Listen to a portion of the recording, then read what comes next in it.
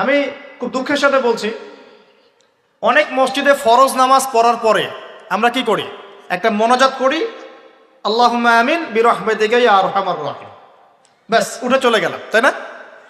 উঠে চলে যায় না, তারপর স্যান্ডেল নিয়ে বাইরে চলে গেল। অথচ সালাম ফিরানোর পরে একবার বলতে হয় আল্লাহু আকবার, কি বলতে হয়?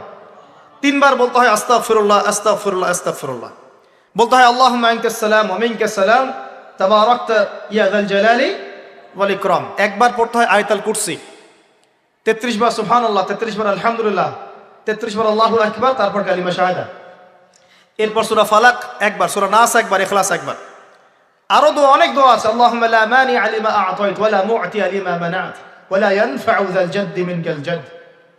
পড়তে হয় আল্লাহুম্মা ইন্নী আউযু বিকা মিনাল হাম্মি ওয়াল হাযান ওয়াল আজজি ওয়াল কাসালি ওয়াল বুখলি ওয়াল জুবন ওয়া দালা'id দাইন ওয়া গালাবাতির রিজাল। পড়তে হয় আল্লাহুম্মা আ'ইন্নী আলা যিকরিকা ওয়া শুকরিকা ওয়া হুসনি ইবাদাতিক। আরো অনেক দোয়া আছে। দেখেন তো, মোনাজাত করেন, আমি তো না করছি না, আমি তর্ক করতে আসি না এখানে, এটা নিয়ে আমি ঝগড়া করতে আসি, কিন্তু এই সুন্নতটা যে উঠে গেল।